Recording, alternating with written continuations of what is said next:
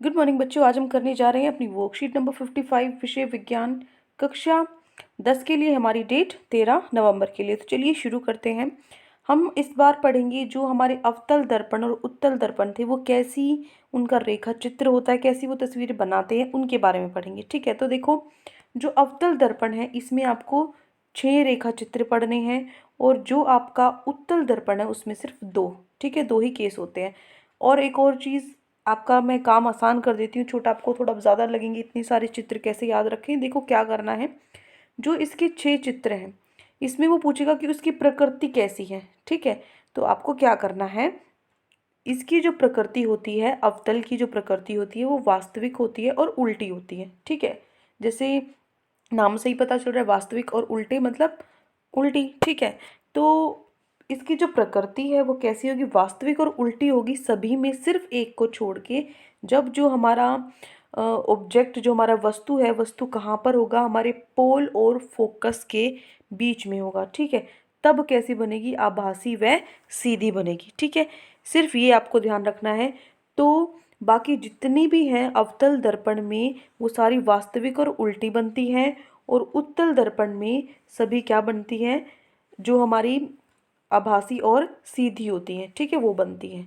ठीक है, तो बस ये 2 चीज़ें आपको ध्यान रखनी है। आभासी और सीधा किस में बनता है, उत्तल दर्पण में।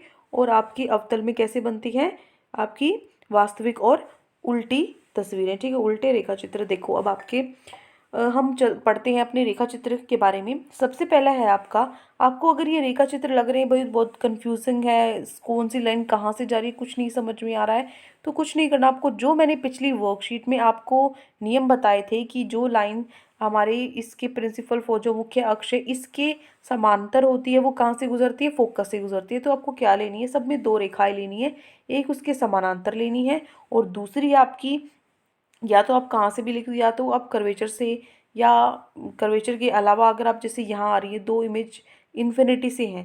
ठीक है, यहाँ पे इन्फिनिटी से आ रही है कोई भी अलग, तो वो कहाँ से गुजरेंगी, फोकस से गुजरेंगी। और फोकस से नहीं गुजर रही तो जहाँ से भी गुजरेंगी वो, उनका जो कोण है वो किसके, वो कोण के बराबर होनी चाहिए। मैंने आपको एक नियम भी बताया था, है ना, तो वो नियम आपको याद होनी चाहिए। ये इमेज आपकी जो ये रेखा चित्र है, आराम से बन जाएंगे। ठीक है, वस्तु की स्थिति कैसी है और उस प्रतिबिंब की स्थिति, जो आपकी तस्वीर, जो आपकी इमेज बनी है उसकी स्थिति वो कहाँ पर है, ये हम पढ़ेंगे। आप ये टेबल लर्न कर लोगे ना तो पूरी की पूरी जो 6 के 6 रेखा चित्र है ये आपको अच्छे से याद हो जाएंगे, क्योंकि इसी के अनुसार आपको जो लाइन है, रेखा है, वो बनानी है।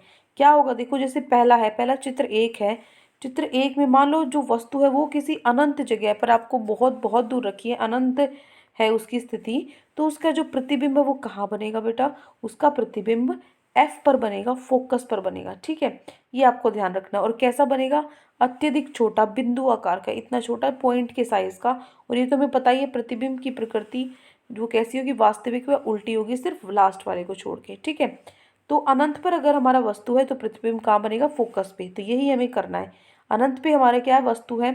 तो ये क्या हुआ, जब ये आई तो ये टकरा कर वापस ने क्या किया, इसने क्या कर दिया, रिफ्लेक्शन कर दिया। ठीक है, उसके बाद ये जो दूसरी है, दूसरी भी आई, दूसरी भी आपस में क्या हो गया, ये रिफ्लेक्ट हो गया, परिवर्तन हो गया, है ना, जो हमने पिछली वर्कशीट में पढ़ा था। तो ये दोनों जहाँ पर मिलेंगी टकराने के बाद, यहाँ यहाँ पर आपका क्या बनेगा, प्रतिबिंब बनेगा। और ये कहाँ बन रहा है, फोकस पे बन रहा है। ठीक है, तो ये आपको जो हमारी पहली स्थिति थी वो हो गई।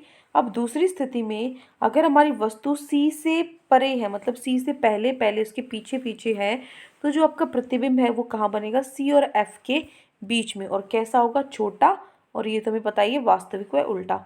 सी से परे है मतलब ये देखो, ये सी है, ये एफ है। ठीक है, तो ये सी से इधर है, इधर कहीं पर भी होगा आपका जो वस्तु है वो कहीं पर भी होगी।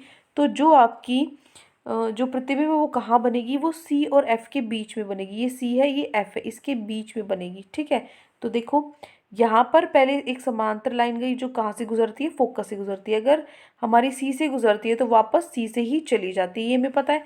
तो ये यहाँ मिल रहे हैं, तो यहाँ पे जो हमारा प्रतिबिंब बनेगा। ठीक है, ये कहाँ पर है, सी और एफ के बीच में। ठीक है, उसके बाद तीसरा देखो, अगर सी पर ही हमारी वस्तु रखी गई है तो प्रतिबिंब कहाँ बनेगा, सी पर ही बनेगा। और अगर सी पर ही रखी थी, सी पर ही बनेगा, तो कैसी उसका प्रतिबिंब का आकार कैसा होगा, समान आकार होगा। ठीक है, तो वस्तु कैसी होगी हमारी, वास्तविक व उल्टी। देखो ये देखो कहाँ पर है, सी पर है, ये सी है।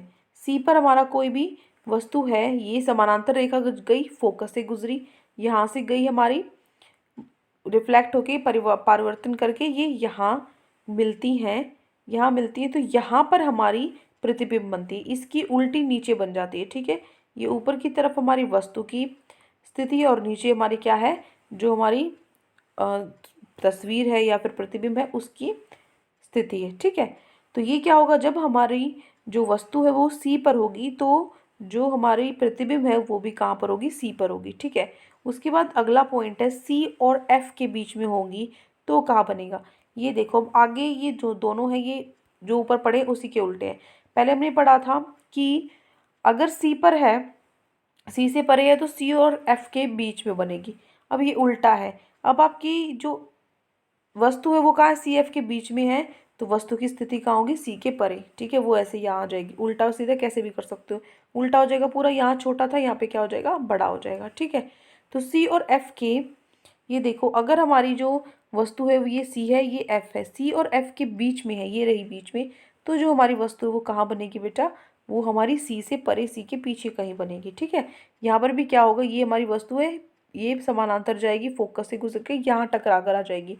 उसके बाद इसी तरीके से सेंटर ऑफ कर्वेचर जो सी से जाएगी टकरा कर यहाँ आ जाएगी, तो यहाँ हमारी प्रतिबिंब बनेगी जो कि क्या है, सी से पीछे है। उसके बाद है, और कैसी बनेगी, बड़ी बनेगी।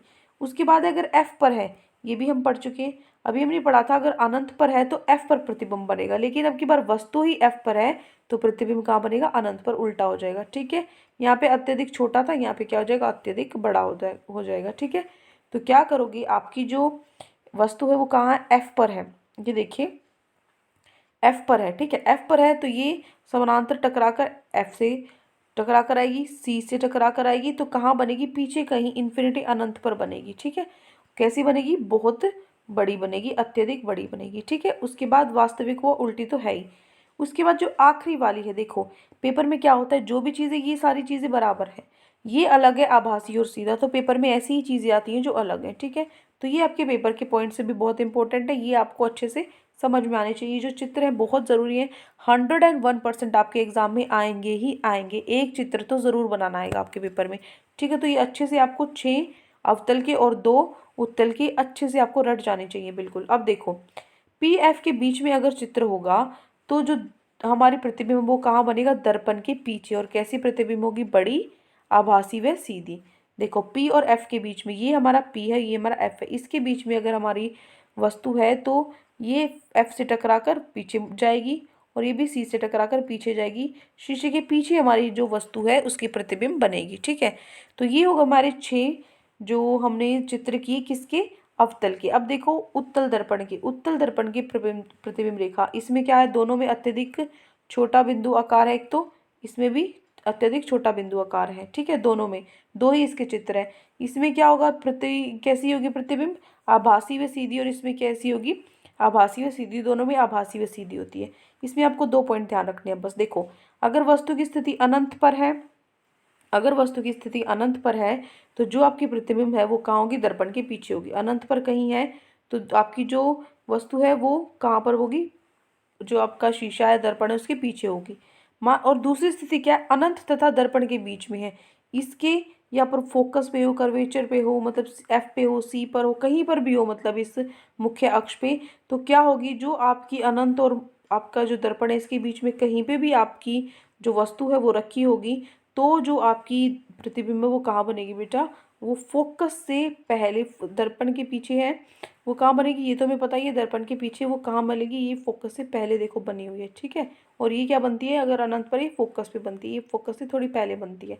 ठीक है, तो आपको यही ध्यान रखना है। आपको क्या करना है, मेन जो ये टेबल है, ये टेबल और ये, इन्हीं से आपकी जो चित्र हैं वो सारे बन जाएंगे। इनको आपको अच्छे से याद करना है, ये आपका होमवर्क है। ठीक है, आपसे जैसे आप कैसे याद करोगे, अगर अनंत पर वस्तु है तो आपकी जो स्थिति वो कहाँ पर बनेगी, प्रतिबिंब एफ पर बनेगी। अगर एफ पर है तो कहाँ बनेगी प्रतिबिंब, अनंत पर। ये आपको याद होनी चाहिए दोनों के दोनों टेबल। ठीक है, आप देखो आज के प्रश्न उत्तर। पहला आपका प्रश्न है, वाहनों में उत्तल दर्पण का प्रयोग क्यों किया जाता है? तो देखिए पहले प्रश्न का उत्तर, वाहनों में, ये देखो, वाहनों में उत्तल दर्पण का प्रयोग क्यों किया जाता है? तो देखो आपका उत्तर है, वाहनों में उत्तल दर्पण का प्रयोग किया जाता है क्योंकि उत्तल दर्पण सदैव सीधा प्रतिबिंब बनाते हैं। यद्यपि वह छोटा होता है, छोटा तो होता है लेकिन सीधा बनाते हैं। इनका जो दृष्टि क्षेत्र होता है, मतलब जो चौड़ाई होती है शीशे के अंदर, देखो पूरा रोड इतना चौड़ा होता है, लेकिन एक छोटे से शीशे के अंदर आप पूरा रोड देख सकते हो। तो जो देखने की जो क्षेत्र है, दृष्टि क्षेत्र, वो बहुत अधिक होता है क्योंकि यह बाहर की तरफ क्या होता है, वक्रित होते हैं। इसीलिए उत्तल दर्पण ड्राइवर को अपने पीछे के बहुत बड़े क्षेत्र को देखने में समर्थन बनाते हैं। ठीक है, तो ये है आपका उत्तर नंबर 1। ठीक है, ये क्या है आपका उत्तर नंबर 1। उसके बाद चलते हैं हमारे प्रश्न नंबर 2 पर।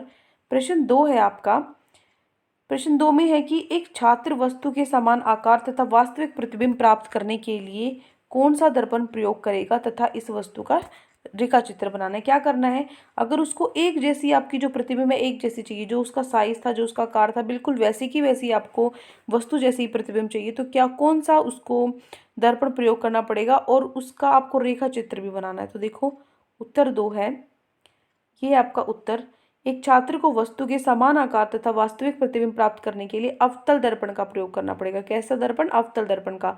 और जो वस्तु है उसको कहाँ रखना पड़ेगा? वस्तु को वक्रता के केंद्र पर रखना पड़ेगा, जो हमारा सी है। ठीक है, यहाँ पर ब्रैकेट में लिख लेना बेटा, वक्रता के बाद सी पर रखना पड़ेगा। ठीक है, तो उसके बाद आपको रेखा चित्र बनाना था, तो ये है आपका रेखा चित्र।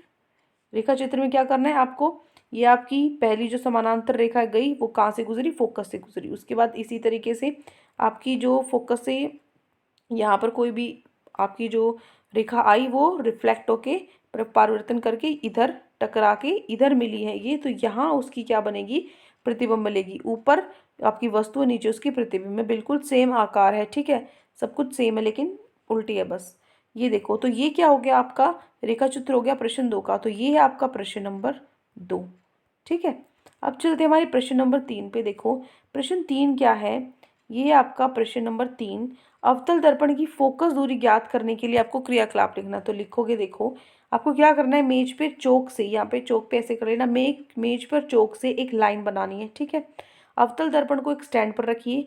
स्टैंड को लाइन पर इस प्रकार रखना है कि जो दर्पण है उसका ध्रुव क्या हो, इस लाइन पर स्थित हो। ठीक है, इस लाइन पे उसका ध्रुव हो। तो चौक से पहले, यहाँ पे चौक में ये लगा लेना बेटा। ठीक है, चौक से पहली लाइन के समानांतर और इसके आगे 2 लाइनें इस प्रकार खींचनी है कि किन्हीं 2 उत्तरोत्तर लाइन के बीच की दूरी दर्पण की फोकस दूरी के बराबर हो। ठीक है, तो एक चमकीला बिंब जैसे एक जलती हुई मोमबत्ती सी से बहुत दूर स्थिति पर रखिए। एक कागज का पर्दा रखना है आपको, तो इसको दर्पण के सामने आगे पीछे तब तक खिसकाना है जब तक कि आपको इस पर मोमबत्ती की लो की तीक्ष्ण तथा चमकीली प्रतिबिंब प्राप्त न हो, बिल्कुल साफ। ठीक है, तो प्रतिबिंब के को ध्यानपूर्वक देखना है। उसके बाद जो उसकी प्रकृति है, उसकी स्थिति है, बिंब का जो साइज है वो सब आपको माप लेना है और उसकी जो फोकस दूरी है वो भी नाप लेनी है। ठीक है, यहाँ पर ऐसे आपको लिखना है। देखो आपको उसमें दिख जाएगा कि जो इमेज है वो इतनी दूर है और इसमें भी इतनी ही दूर बन रही है। तो फोकस दूरी आपने नापी नहीं है अब तक, लेकिन बराबर है। ठीक है, बराबर है। उसके बाद आपको क्या करना है, आपको क्या करना है, एक पर्दा रखना है और उस पर आपको देखना है साफ चित्र अगर मोमबत्ती का आपका आ रहा है तो वहाँ से अब आपको नापना शुरू करना है। आपकी जो इमेज जो बनी है, जो प्रतिबिंब आपको बना है, उसकी जो फोकस दूरी है अब आपको मापनी है। ठीक है, पहले बराबर आपने देख ली, बराबर देखने के बाद जब उसकी साफ चित्र बन जाती है तब आपको उसको मापना है। ठीक है, तो ये देखो आपको कहाँ से कहाँ तक लिखना है, ये आपका प्रश्न नंबर 3। ठीक है, प्रश्न नंबर 3 हो गया आपका, ऐसे आपको लिखना है। ठीक है, अब देखिए आज की वर्कशीट में ये 3 क्वेश्चन आपको दिए गए थे, 3 प्रश्न आपको दिए गए थे, तीनों हमने हल कर लिए और पूरी वर्कशीट में हमने रेखा चित्र पढ़े हैं अवतल और उत्तल दर्पण के। आई होप आपको अच्छे से पूरी वर्कशीट समझ में आ गई। कोई भी दिक्कत है आपको पूरी वर्कशीट में तो कमेंट सेक्शन में आप मुझे बता सकते हैं, और अगर आपको हमारी वीडियो अच्छी लगे तो हमारे चैनल को सब्सक्राइब भी कर सकते हैं। Thank you and have a great day.